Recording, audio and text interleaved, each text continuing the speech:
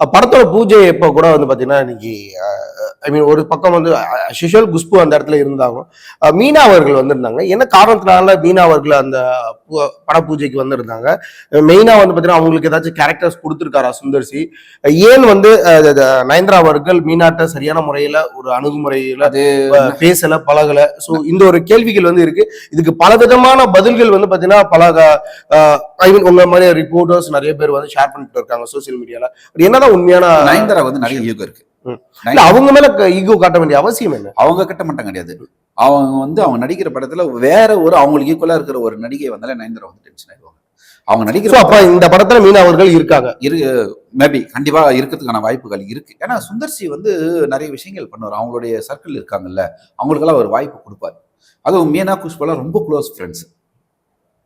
கண்டிப்பா சுந்தர் சி வந்து வாய்ப்பு கொடுக்கறது இருக்கு. ஆனா நயன்தாரோட கேரக்டர் என்ன தெரியுமா? நான் நடிச்சா நான் மட்டும் தான் படத்துல பிரதானமா இருக்கணும்.